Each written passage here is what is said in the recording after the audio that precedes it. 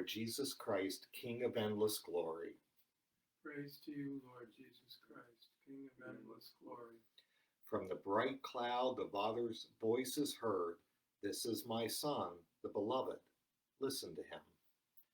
Praise to you, Lord Jesus Christ, King of endless glory. Christ is among us. He is now and shall be, The Lord be with you. and also with you. A reading from the Holy Gospel according to Mark. Glory to you, O Lord. Jesus took with him Peter and James and John and led them up a high mountain apart by themselves.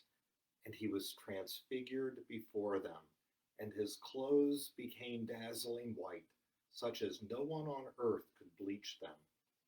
And there appeared to them Elijah and Moses, who were talking with Jesus. Then Peter said to Jesus, "Here, let us make 3 dwellings, one for you, one for Moses, and one for Elijah." Peter did not know what to say. Then a cloud overshadowed them, and from the cloud there came a voice, "This is my Son, my beloved. Listen to him." Suddenly, when they looked around, they saw no one with them anymore, but only Jesus. Them to tell no one about what they had seen until after the Son of Man. So they kept the matter to themselves, questioning what this rising from the dead could mean. The Gospel of the Lord. To you, Lord Jesus Christ.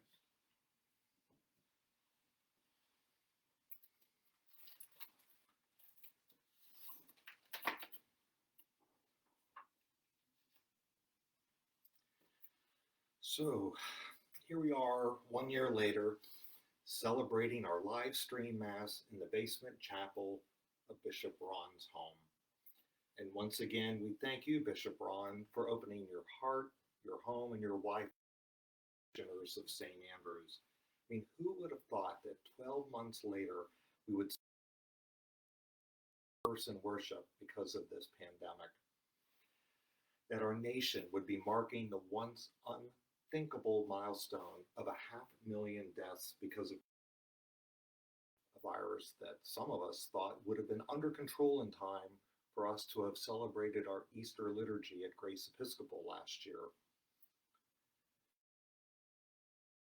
A time of unprecedented change is beyond an understatement.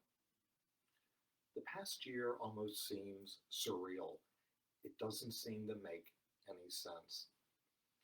And in the midst of all this change, most of us have likely sought out various means of comfort. And when we think of comfort, what comes to mind? Comfort food? How about a comfort blanket? Or a friend, or a pet, or a book, or a movie, Love Lucy rerun, or a special place? Or maybe a biblical story that can provide some comfort. It's kind of spooky to me how sometimes our lectionary text is just exactly what we need on a particular Sunday.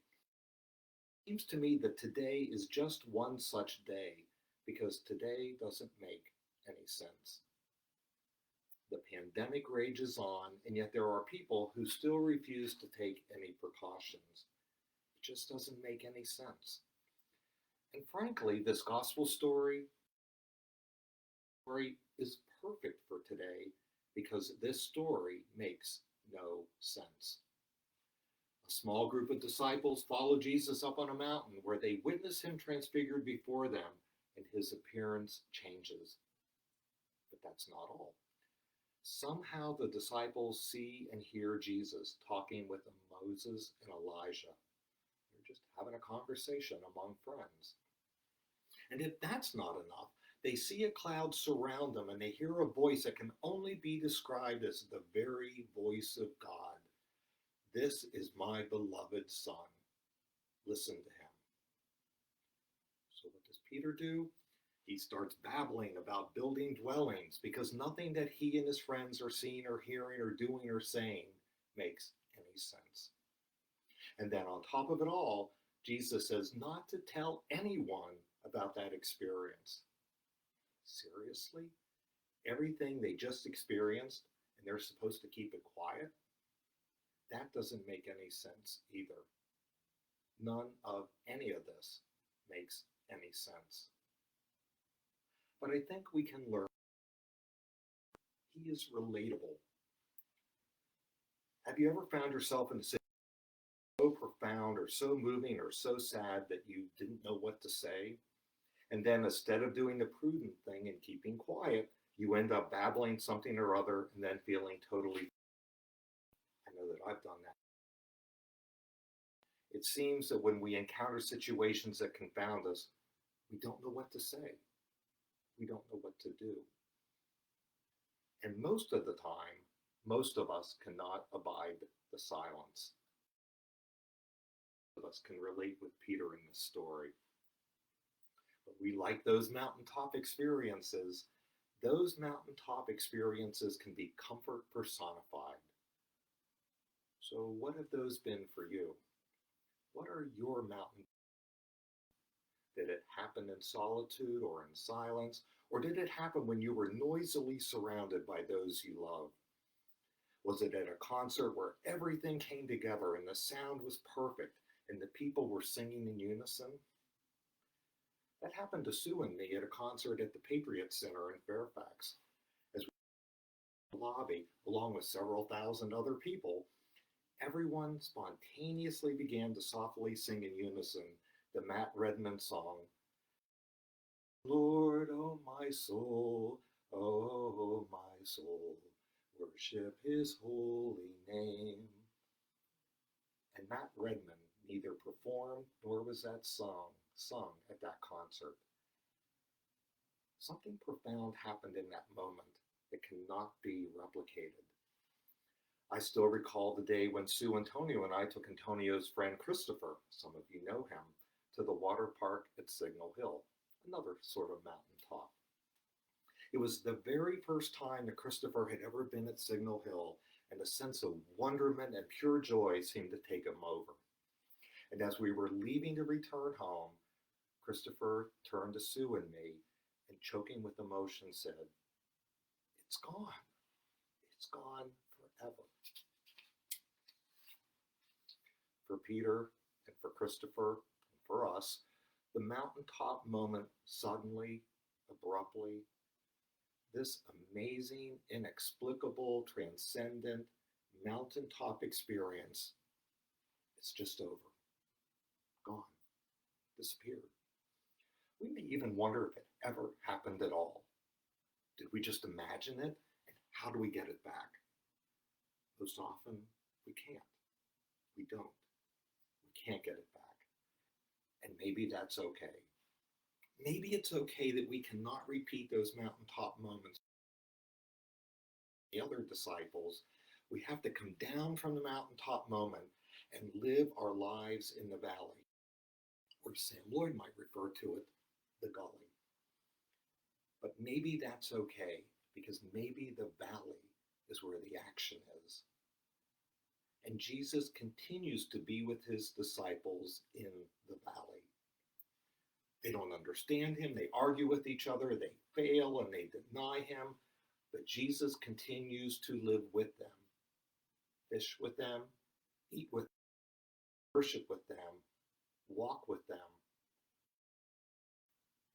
Jesus continues to love them in the valley.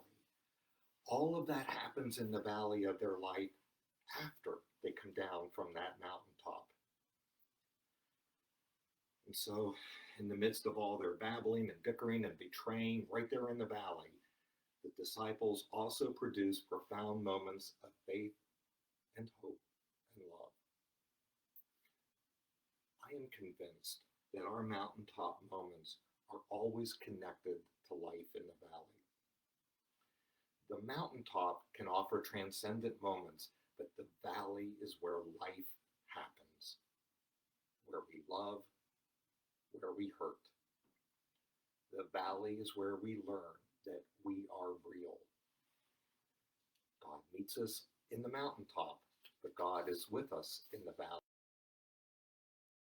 And what is more, maybe comfort can be an action instead of a food or a blanket or a plate.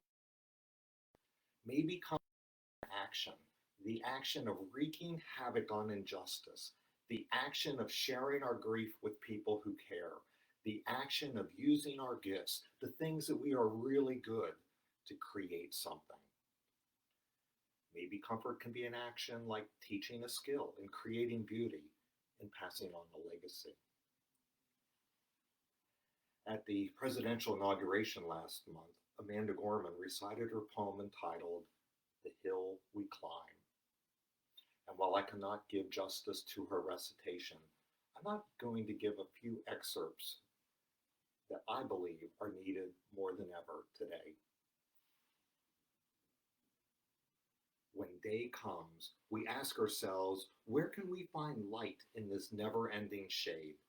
The loss we carry, the sea we must wade. We've learned that quiet isn't always peace, and the norms and notions of what just isn't always justice. And so we lift our gaze not to what stands between us, but what stands before us. We close the divide because we know to put our future first, we must put our differences aside. Down our arms so we can reach out our arms to one another. We seek harm to no one and harmony for all. Let the globe, if nothing else, say this is true. That even when we grieved, we grew. Even as we hurt, we hoped. Even as we tired, we tried. That we'll forever be tied together, victorious. And if we are able to live up to our own time, then victory won't lie in the blade, but in all the bridges we've made. That is the promised glade, the hill we climb, if only we dare. And when day comes, we step out of the shade, aflame and unafraid. The new dawn blooms as we free it, for there is always light, if only we're brave enough to see it. If only we're brave enough to be it.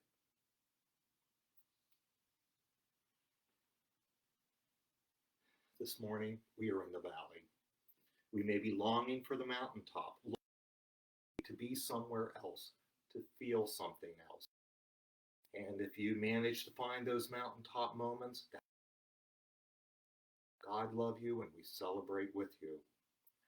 But if you feel stuck down here in the valley where we are missing being together in person and feeling the full force of all of the other burden we bear here in the valley, then please remember, you are not alone. We are living in this valley, and God is with us in this valley. There can still be beauty in the valley. There can still be justice in the valley. There can still be hope in the valley. There can still be love in the valley. For there is always light if only we are brave enough to see it. If only we are brave enough to be it.